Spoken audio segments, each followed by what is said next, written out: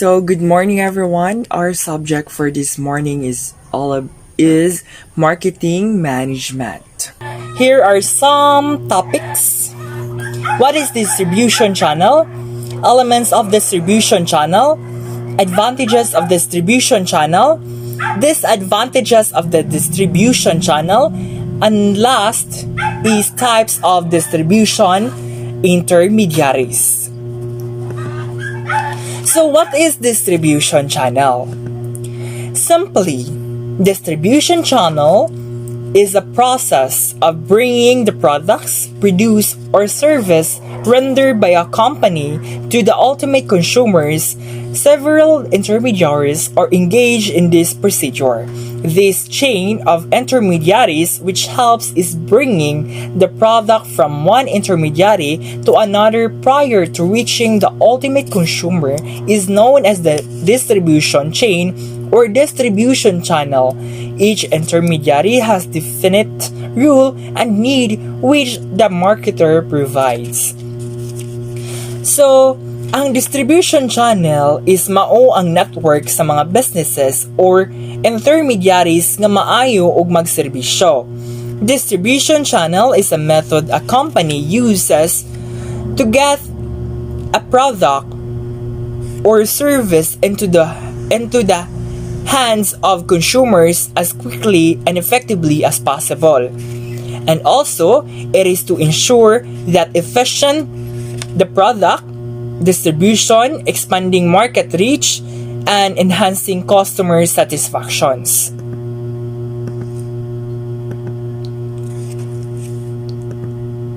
Channel of distribution. A channel of distribution is a row of trays in the direct or indirect shaft of possessions of a product as if travels from producers to consumers. Known also as marketing channels, channels of distribution denote a process through which the products are moved from the main producers to ultimate users. The channel members, namely merchants, agents, wholesalers, and retailers, are middlemen in distribution and they carry out the entire marketing functions. These middlemen make possible the process of reach, trade, and generate time, place, possession, utilities by matching by sorting methods. Sorting enables satisfying or meeting the supply with consumer demand. So, ang channel of distribution, it allows for the smooth delivery of goods, of services to a customer. And also, and the most important in channel of distribution is a retailer, because retailer is one of the most popular and effective in distribution channel.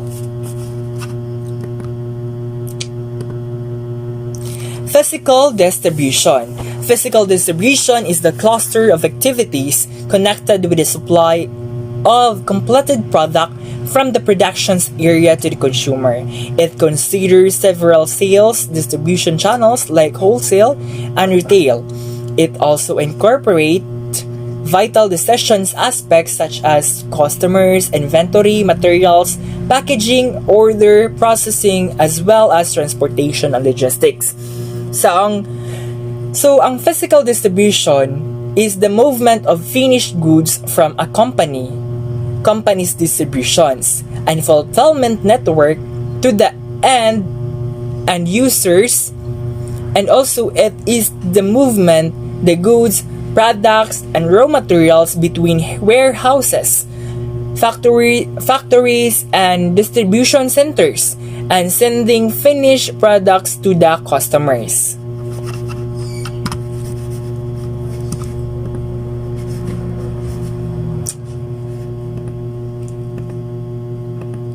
Order processing. Order processing is regarded as the input to customer service and satisfactions. It consists of receiving, filing, and assembling of products for shipping. A company normally receives order from other companies, middlemen, or straight from customers via email, fax, phone, salesman. It concerns with processing the order quickly, accurately, and efficiently. Ang kaning order processing means Ang ilahang pag-process or pagpadagan sa trabaho mao ang pagpili, pagputos or paghatod sa mga butang nga giputos sa mga tigdala ngadto sa shipping carrier.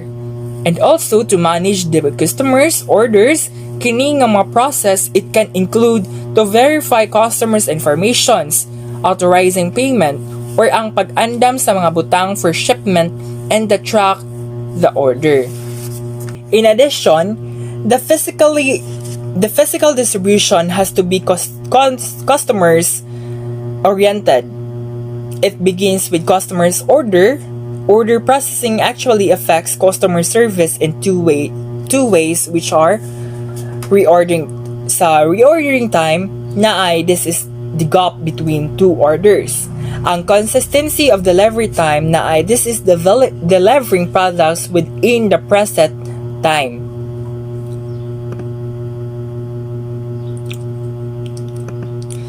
Order preparation. This the phase where a demand for a product turns into an indicator for a buyer to place an order. This step could be done manually through online access to an ordering system or making use of electronic data interchange system linking a customer's internal order management system to that of a customary supplier. Whether done manually or online, it is essential to use standardized processing and reduce mistakes and encoding. So, ang pasabot sa order preparations is pagkuha or pag-collect sa mga articles in specified nga gidaghanon before shipment aron ang order sa mga customers ma-approve or mapack na ang mga orders. So, para walay sayop, encode, so dapat you can use the electronic data kay para mahibaw-an kung asa dapit ang sayop. So we need to check before you encode the mistakes. Okay. Order transmittal. So ang order transmittal, when the order is firm, the customers conveys the order informations to the supplier either manually, sent through email, or clicking a confirmation kay when making online order or using electronic data interchange or ADI systems. When received, the seller prompts the process in serving he order. So, ang order transmittal kay transferring of the order request from its point of origin that the place where the order entry can be handled refers to the time from when the customer's place as order until the seller reviews the order. Order entry. Order entry is the step where the seller validates the informations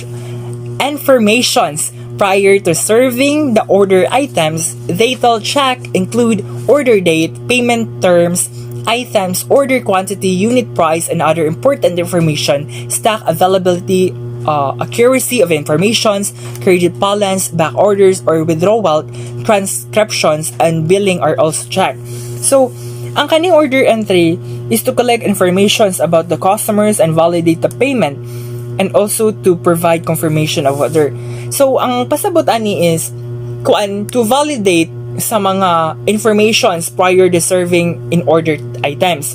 So, i-check daan ang date, kung kanus siya nag-order, ang payment terms, kung GCash ba or cash on delivery ba, ang items, order quantity, kung pila ka buok iyang gi-order, ana nga items, so ang unit price, dapat i-check sad na kung unsay nakabutang didto maura gid na, and other information important.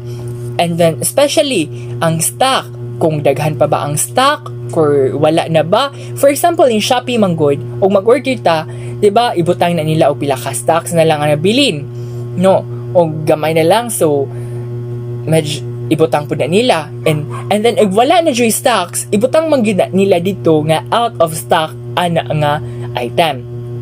And then order withdrawal, kung order withdrawal na gani is kanang ikuan na, i-transcript na gyud na siya or i-billing na sila, no? Magpahibaw man na sila kung ikuan na ba siya, biyahe na ba, so ing ana ang order entry.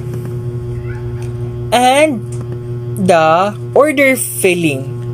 Ang order filling, once the order is clear, the preparation process starts and may entail product repositions, product or purchase, retrieval of the product from a warehouse is prompted by a pick slip. Pick slip is a report employed to collect all the items that are written on a sales order. Once the item have been ready, a shipping confirmation is produced to document the number of items actually singled out and packed for delivery coming from the order. At this phase, information established functions as the titles of the delivery documents and the bill for the customers.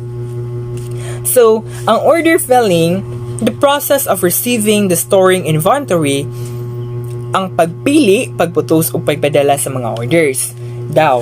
So, ang order filling is to process, to retrieve the products from the warehouse. So, ang pick slip, kay mura na siya og report nga anha tanan ang mga items, anha gipang collect ang mga items nga gipang order, no? So, and also ang kana man good siya is once the items ready na, kuan na siya i-shift, i-confirm na gid to nga ship kuan na kanang biyahe na, i-ship na imuhang product. So, para mahibawan sa customers if padung na ba or gaship na ba siya, so ingana siya. And the 5 is order delivery. Order delivery at this point, shipping records and the timetable of and delivery are set. Agreements about shipping, logistics, and insurance for damage or loss in handling are essential concerns for order delivery. However, the most vital purpose of this step is to satisfy the delivery timetable approved by the customers. So, ang order delivery, especially in e-commerce, means that your package has left nearest hub or center of the courier partner for the destination address, delivery address. This status can be seen on the day of delivery. Do expect your package that day when you see this status. Yes. So, ang order delivery pod is kanang kung ang order nimo is kuha na, so iset gid na ang delivery, ang time, kung kanus siya i-deliver, no? Kung unsa na siya, logistics ba na or unsa pa na siya nga order. So and also kung logistics man good, na insurance for damage or loss or kanang pwede na siya iuli, pwede na siya ikuan if ang product or ang order na nawa or na damage baron, so pwede na siya iuli if the order is damaged and then ang concerns pud sa order, so sa pag-deliver, so pwede na siya iuli ngadto sa supplier. And then, pwede sa supplier or sa warehouse, di ba? Kay ang syempre gikan sa warehousing, so pwede na siya ang supplier na muli adto sa warehouse. So order status reporting. It is very important to make available to the customer the condition of the order after this has been sent for delivery. This begins with the tracking of the order once released from the warehouse. Order tracing or tracking technologies like laser beam or barcoding and GPS applications are being used by logistics companies like FedEx apps. The invoice, which contains the order details and the charges, is also released at this stage, and invoice transmittal may be done manually or electronically via email or any online B2B application. So, ang order status reporting is parihaan ng Shopee.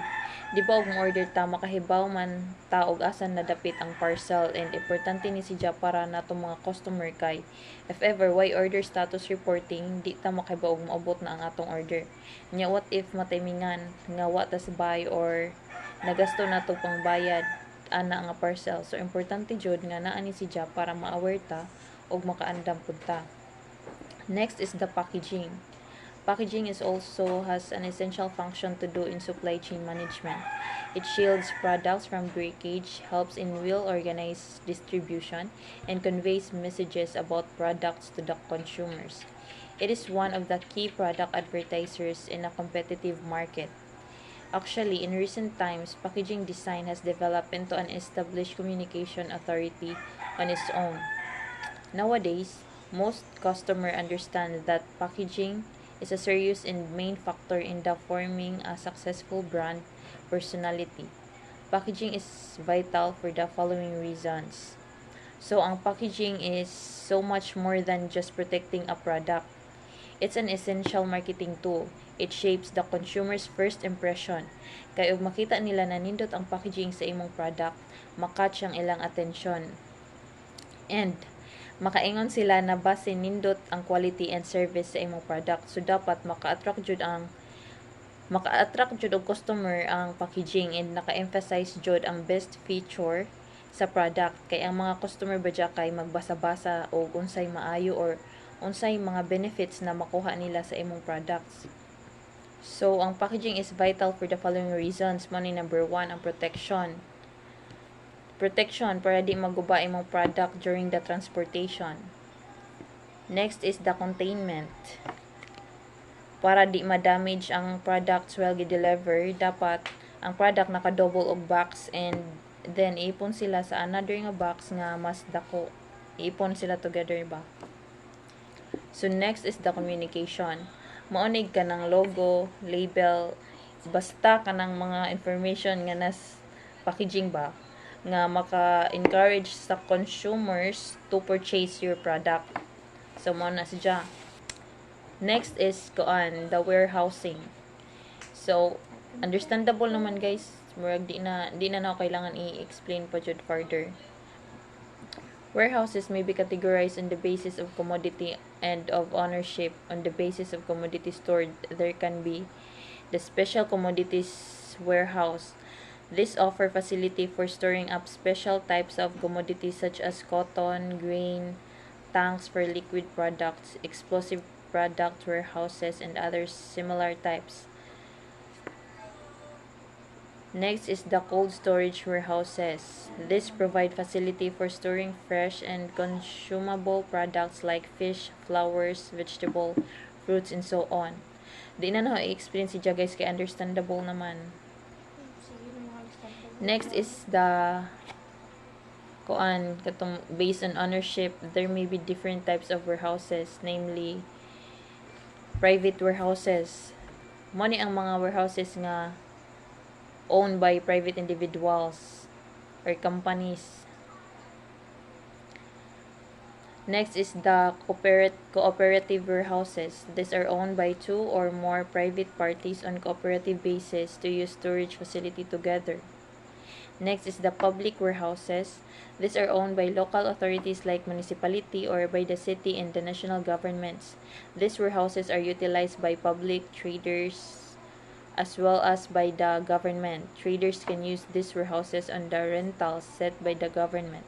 Government uses their warehouses to purchase and preserve stock of certain necessary commodities. Next is the household warehouses. These are provisional in nature, owned by household or family to store and shelter furniture, paintings, spars, tapestry, and the likes.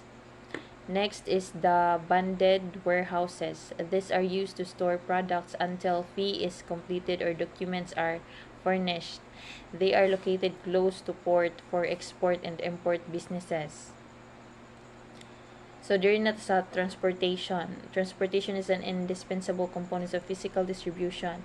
It entails combining the advantages of every transportation method through adoptions of various containers and physical handling ways to allow shifting among different types of carriers. Kasabot naman ito sa transportation. Basta ka nang gamiton, inig-deliver, inig-distribute sa mga products. So, diri na ta sa key issues which a marketer needs to consider. So, number 1 is the mode of transportation. Dapat ang pilion nimo nga mode of transportation is kanang kung asa madali og deliver ang products para dili sayang ang oras. Next is the cost and availability. Dapat ang mode of transportation nga pilion sa company is kanang kaya ra sa budget. Next is the suitability and credibility. The mode of transportation must be appropriate to the products and company's internal situation in general. It must also be dependable. Dapat kasaligan. Next is the relations. So, dapat in good relation jud mo sa inyong kasaligan nga transport agencies para smooth ang dagan sa distribution. Next is the legal provisions and restrictions. A company has to take transport decisions within boundary of current legal provisions. Knowledge of legal provisions is indispensable. So, importante ni siya sa business kay it helps you to avoid lawsuits. Dili mo makiha ba yan na if na magka-problema sa inyong kuan, distribution, like that ba? Ownership. Ownership, this subject deals with whether a company should possess, contract, or employ transportation needs. Depending upon a company's competence and requirements, it may be the owner of its own means of transportation, may undergo the contract, or may rent such facilities. So, ang kanidang ownership is, it is refers sa company nga dapat na ipagahimuon nga kontrata within the company. Or sa means of transportations kay sa means of transportation is either ang ownership sa company is mag-employ og transportations or mag-rent apil na sad ang mga facilities, pero nakadepende ra pod siya sa company's competence and requirements. Next is the inventory control. Inventory control. Taas-taas man ang inventory control, so dili na lang nako basta ako na lang i-explain it. So ang inventory control, it is a process of ensuring your company nga naay supply, naay enough supply sa mga products at wide enough assortment of them to meet your customers' needs. Usa sa goals sa inventory management is to avoid stock out. To ensure there is enough goods or materials to meet demand without creating overstock or excess inventory. Apil na ni ang mga raw materials, components, finished products, as well as warehousing and processing such item. So next is, there are 3 types of costs that are connected with inventory, which are first is holding cost or carrying cost. So, ang kaning holding cost di ay kay it refers to the type of cost associated with preparing and transporting inventory. Kasagaran sa mga cost cover expenses is related sa order fulfillment such as shipment, packaging cost. It is the amount that business spend on holding inventory over a period of time. So next is cost of stock out or shortage. So, ang cost of stock out or shortage dai kay stock out cost refers to the total expenses sa inventory shortage apil na ang loss of revenue. So, stock out can be especially harmful to the business if the shopper is first-time customer. Ang consequences sa stock out is a missed sale opportunity. So, next is ordering cost. ang ordering cost di ay is isa sa mga gastos sa company incurs to purchase and perceive the products if stock out in its inventory. This ordering cost is ang shipping fees and expected transportation cost, inspection fees and other expenses nga kinahanglan sa inventory product. Customer service. Customer service day is the support you offer your customers both before and after sa pagpalit and paggamit sa imong products or services.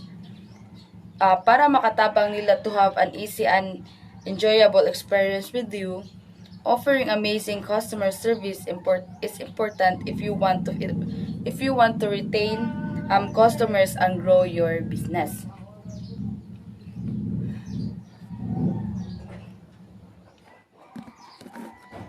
So, elements of distribution channel.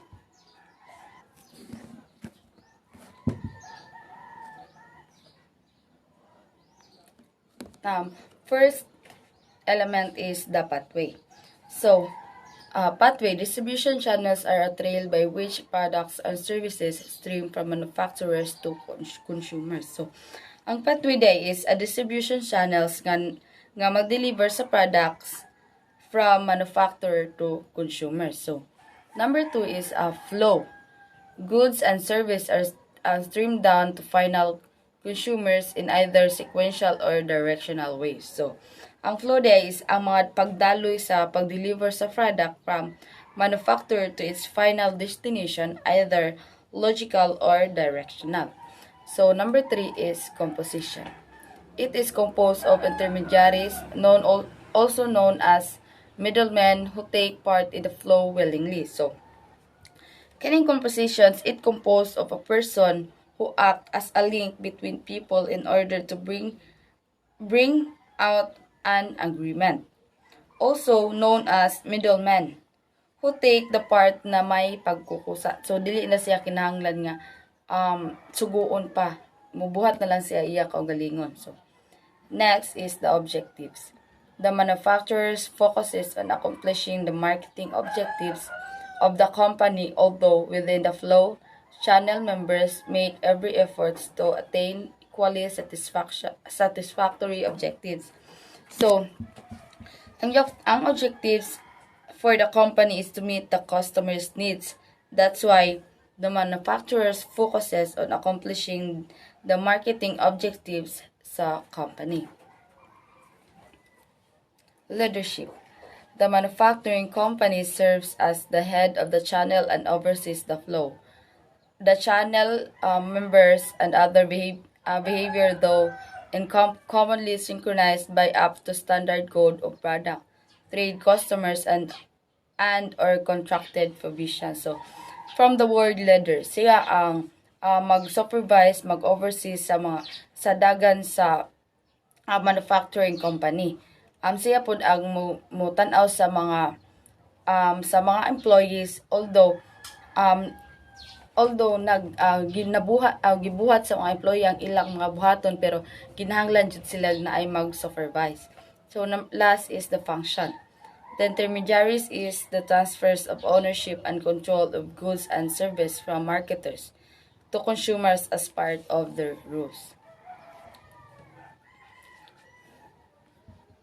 So, we have also an advantage of distribution channel. So, ang advantage sa distribution channels kay distribution channels play a vital role in a business by ensuring efficient products distribution, expanding market stream, and enhancing customer satisfactions. They facilitate the movement of goods from manufacturer to consumer, handling tasks such as warehousing, transportations, and inventory management. Mao to siya ang advantage sa distribution channel.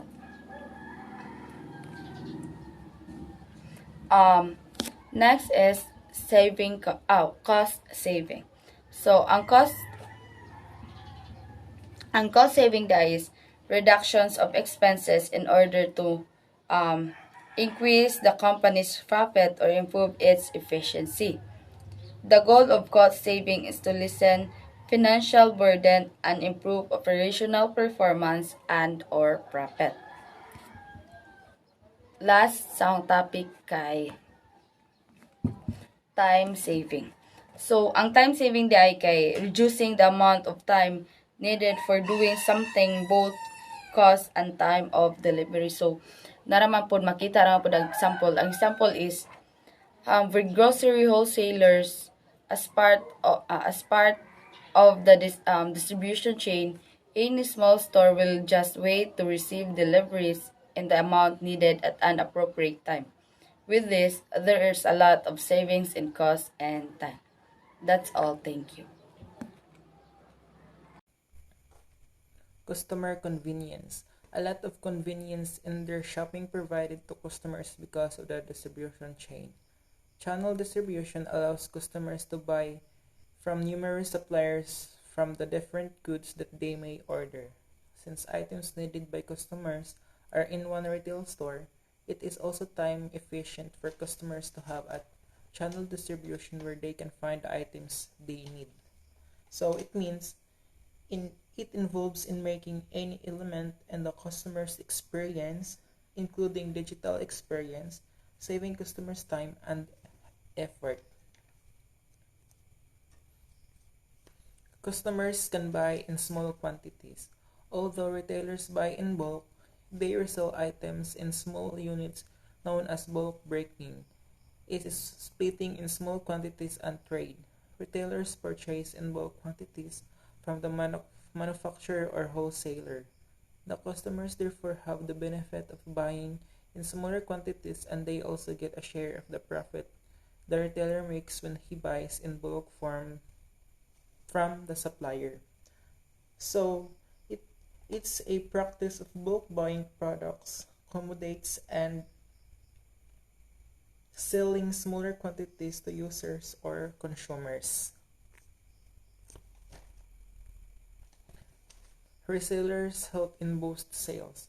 Most resellers make use of convincing ways to win over customers in purchasing a product. These techniques could be in the form of some promotional offers and special product displays. They are able to increase the sales of particular product. So, resellers are known in expertise of optimizing products, listing and managing inventory, and driving sales through marketing and promotional activities. Customers obtain financial support. Most of the time, resellers provide easy payment schemes to their customers or financial support. In the Philippines, there are a lot of choices when it comes to credit card. Lately, there is Home Credit, which also supports those customers buying under a credit payment plan. So, example is asking for share investment. We all know that plenty of startups get launched with money from future potential customer. Then if you have a solution that this customer will need, he will be interested to invest.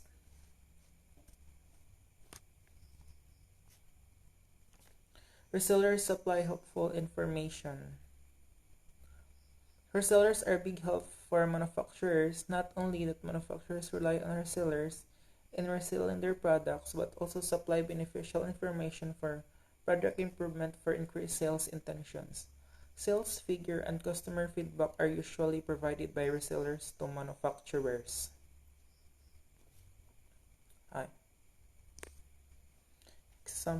So resellers may able to sell high volume of your products. Also, they can handle the sales and customer interaction process. Also, they can increase awareness of your brand, may be able to bundle your product with other products they sell with your permission to do so. Disadvantages of distribution channel. Using multiple marketing channels can boost a company's sales and its exposure to consumers. However, it comes with a cost. Here are the disadvantages of including Intermediaries in the distribution channel. First is the revenue loss. Obviously, manufacturers have to sell their product in lower price so that middlemen would have a share of profit through markup. Simply, retailers will be selling the product at a price beyond at which it was purchased. For that reason, the manufacturer would experience a slash in revenue. Had it been that the manufacturer himself sold the product as its final price, he could have gained greater profit. So, revenue loss can come from many sources, including loss of sales, customer churn, and increased expenses. So, to find the missing revenue, we need to track your sales and expenses carefully. So, gamit ang accounting software and analytics, ma-identify na to ang areas nga atong ma-reducean ang expenses o ma-increase ang atuang revenue. Next is loss of communication and control. Besides not gaining more revenue, the manufacturer may also lose the power on what message is being communicated to the end customers. As an option, the reseller may employ personnel selling to boost product sale and promote the product to his customers. The danger might is inflating, considering the benefits of the product, which may result to miscommunication issues with final users. Training of the salesperson of retail outlets could be the solution, but in general, the company has no power on the ultimate message transmitted. Loss of product significance. The significance set to manufacturer's product by the distribution channel members is not under the manufacturer's power. In some instances, such as delays in transportation, the product loses its significance in the channel and the sales suffer. In the same way, a competitor's product may benefit from greater significance as the channel members may be obtaining a bigger promotional incentive. Types of distribution intermediaries. Intermediaries, also known as middlemen, are very essential components of a company's distribution channel. It is almost unfeasible for business to operate without any middlemen. These intermediaries make possible the delivery of products and services to the final consumers, except for direct marketing, which has a level 0 channel. Basically, there are 4 broad groups of intermediaries, which are agents or brokers. Agents and brokers are individuals or companies that act as representatives for manufacturers. They do not take title to services but take possession of the product in the distribution process. They are able to gain profits from fees or commissions. Purchasing agents are commonly hired by companies and individuals to find art, antiques, and old jewelry. Facilitating agents assist with the marketing process by adding knowledge or support such as financial services, risk-taking, or transportation. Wholesaling is the selling of commodities to everyone, either to a person or an organization, but not to the final consumers of those goods. Wholesalers make easier the transfer preparation, quantity storage, and save of products intended to final customers. Wholesalers are very significant in a number of industries such as automobiles, groceries, products, plumbing supplies, electrical supplies, and raw farm produce. They are chiefly essential to the business operation to the small retailers. So, wholesaling is a commodities to everyone, either to a person. So, ag wholesalers kanang para nila easy ra para makatransport sila sa ilang mga products. Ingana, makakuha po sila mga customers sa maka-intended for fine ng pambayan. Ingana, kuan po sila kanang quantity po nila nga mag-store yung mga sales. Essentials po na just sa business operations. So, there are 2 broad types of wholesalers, namely full-service wholesalers. Full-service wholesalers Full-service wholesalers perform all the functions of wholesaler they are provided to divide them. Make arrangements on transportation and warehouse, make arrangement to finance, provide credit, facility, bear risk, help and promotional activities.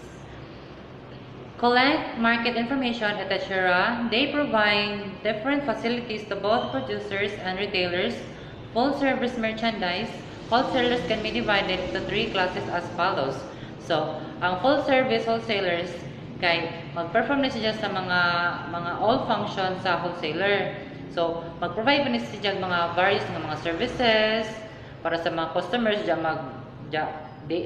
mag-buy, diya mag-sell, diya i-arrange, i-divide, diya for transportation.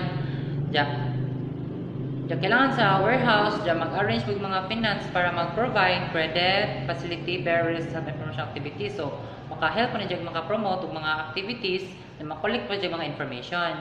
So, ang general wholesaler usually buy large quantities of products from one or more suppliers. They aim to add value to these suppliers by reselling in lesser quantities to distributors, retailers, and resellers. This type of wholesaler will often have numerous suppliers, adding variety to their products, choice, and selection of their customers. This type wholesaler may resell products from the number of different industries and several different categories. So, ang general wholesaler di ay kay magbase na siya sa mga dagkong ng mga quantities like mga products from one or more suppliers. So, ang aim aning general wholesaler, mag-aim na siya kanang mga value sa mga suppliers by kanang mag-reselling, kanang tingali kanang imong gipalit, kanang gipalit imo ra pug ibaligya ngana og lesser imong quantities sa para sa distributors, ang mga retailers or mga reseller magkuha na sila sa mga kanang sa wholesaler magdepende man sila sa variety para sa products og mga selections para sa customers. Na-type na sa wholesaler nga mag-resell og products sa number or mga industries nga na ba mga different categories. Limited line wholesalers. Limited wholesaler deals in the trade of goods and only certain products line. The wholesaler usually give specialized services to small business owners which full service wholesalers may not be able to deal with since limited line. So, wholesalers take up market niche. They are small and medium-sized businesses. They normally purchase from full service wholesalers and then sell to another limited function wholesalers and small retail businesses.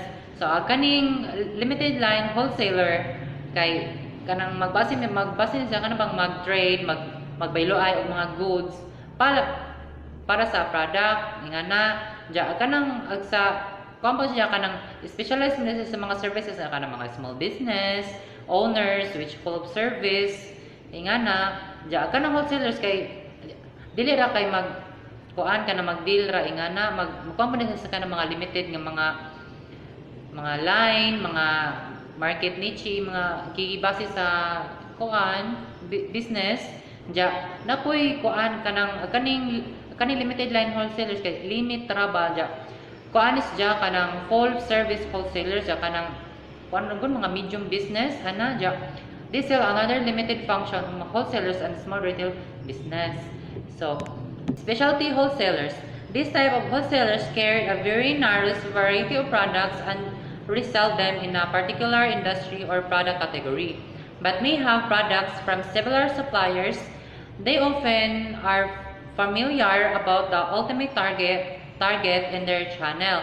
Usually, especially wholesalers have good products, expenses, and good pricing since they concentrate in a specific industry or product type.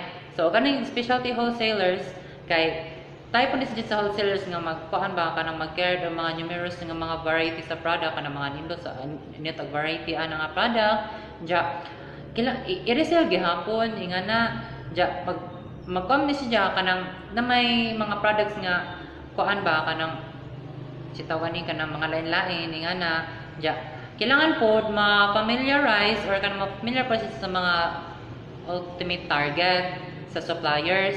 Ja often po ni siya nga kuan kanang sa mga channel ingana or kanang mga good pricing ja kailangan po nila mag-concentrate mga specific industry ingana ja sa para sa product.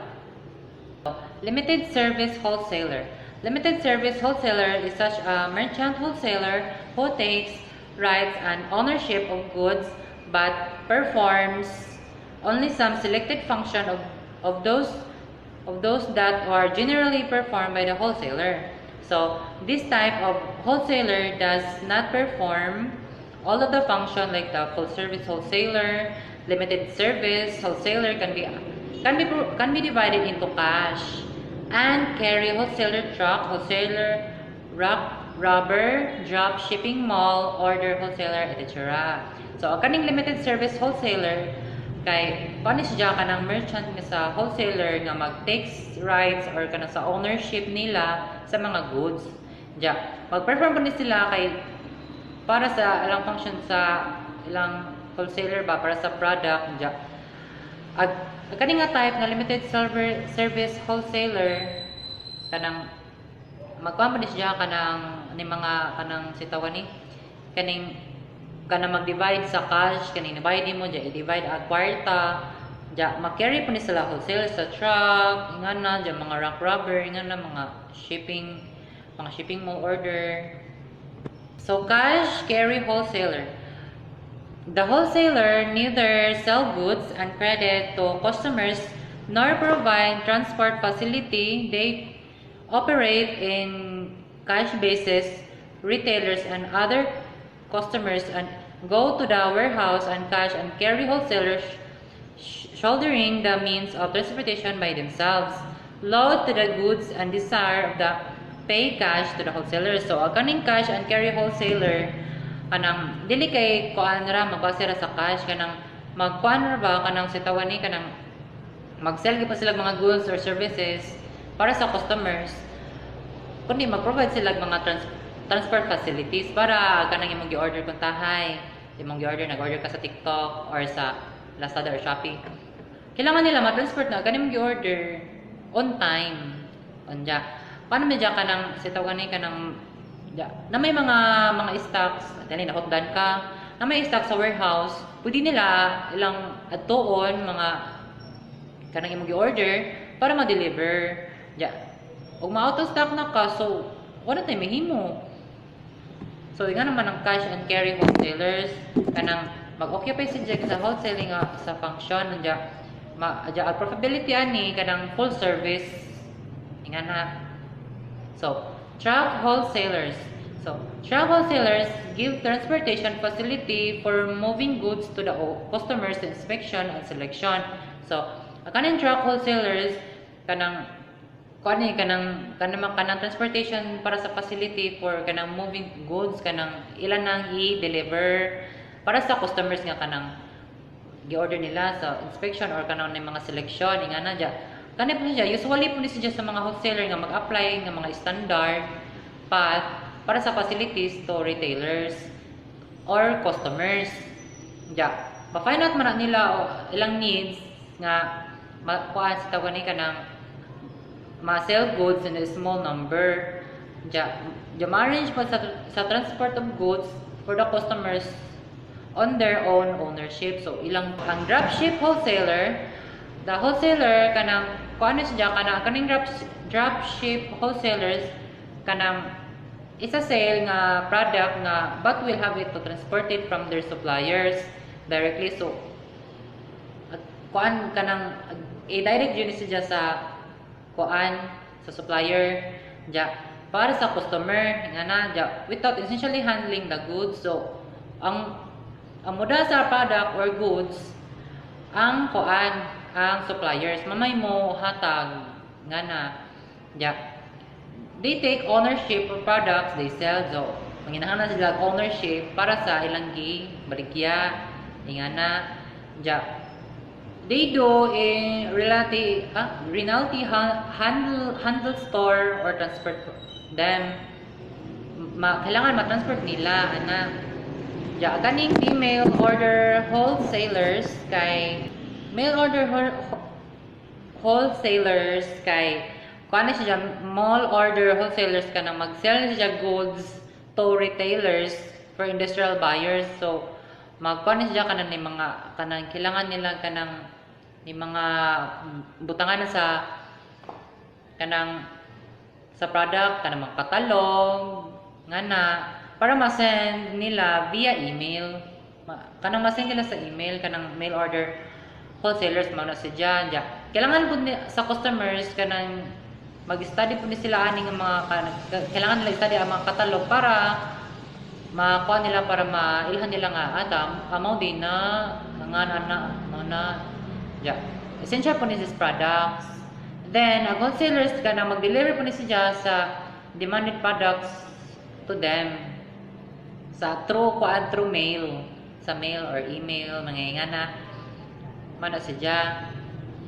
So, kuan siya as the mail order na, the wholesalers ka nang dwell in this small place, so nara sa gamay lugar, just that the entire wholesaling, it is considered to be different category. So, like mga category, due to this distinctive features. So, may mga lain-lain mga features ang kuan, mga products. So, ingana. So distributors. Just like the wholesaler, distributors take the title of the product, stock it, and trade it of the profit retailers to other intermediaries. So, kanang distributors dai kanang mobile ka product kailangan kanang ilang i-distribute sa customers or kanang ma-stock nila sa ilang warehouse ingana para makuan sa taon kanang pwede po nila ma-trade nila sa profit para sa retailers. Onja kaning distributors di ay kay kuan siya kanang have the exclusive arrangement, so ni mga arrangement ingana mga manufacturers diyan dili nila ma-carry ag mga competing nga mga products generally to the maintain to closer relationship with the manufacturers. They may perhaps that a part of the franchise, so kailangan nila i-franchise ilang ikuan ingana nga ay mao ni siya ingana man nga product imong ganahan ingana imo i-franchise, so which offers only products of one manufacturer, so usa ra jud nga manufacturer ja. They make available important warehousing to logistical roles for manufacturers. There are several types of contributors which are the exclusive distributors. Mga ingana, mga lain mga distributors. Ingana, kailangan po nga makuha nila sa warehouse, ma-adto, ma-stock para sa mga kanang mag-deliver na, ingana, para di. Good day everyone, my topic is all about distributors. Exclusive distributors. Exclusive distribution as contract between supplier and retailer awarding the retailer exclusive right in a definite geographic area to sell the supplier product. A common example of exclusive distribution is automobiles are distributed through exclusive distribution, meaning that sa mahatag distribute maoray usa ka authorized to sell a particular make a car with a specified territory. Intensive distributors. This type of distributors is normally employed when the manufacturer want to sell their product as fast as possible using the widest possible channel.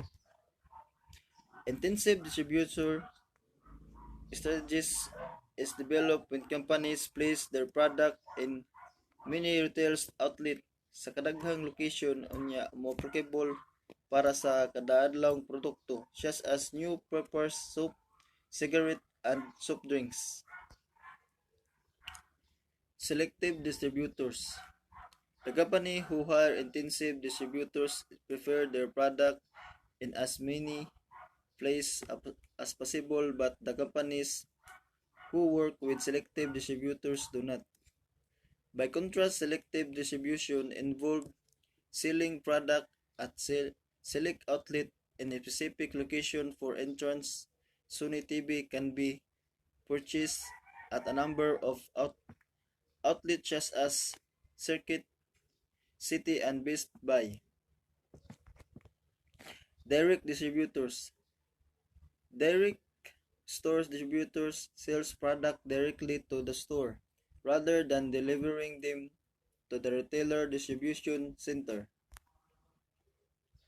Once the customer complete our order, the company then ship the item directly to them. Example, a customer walk into a store, choose item then walk out with the item. Indirect distributors. This type of distributors uses a network of wholesaler, retailers, and resellers to distribute their product to consumer and is the most common type of distributors. Involve third parties like warehouse, wholesaler, and retailers. Direct distributing service companies more control over the whole price. Retailers. Retailers come in a variety of shape and size such as a corner grocery store in the neighborhood or large chains like Save More, Pure Gold, and Shopwise. Here are some various types of retailer which are retailer without fixed shop. These are retailers who do not have fixed place to do business, so they consider moving around to sell their product. Here are several types of this retailer. Street hawker. These are the vendor who hold their product in cycle, tricycle, or handcraft. They travel from one place to another in selling their product. Cheap jacks. This vendor typically sell in a specific place. However, when they discover better business prospect in some other place, they move to such a place. Street vendor. They are the seller who do business in busy street on walkways. Such people can be normally seen near railway station or bus terminal. Fixed shop retailer. These are the retailers who have set a shop and have a permanent place for business. Here are the various types of fixed shop retailer which are street stall holder, general store, specialty shop,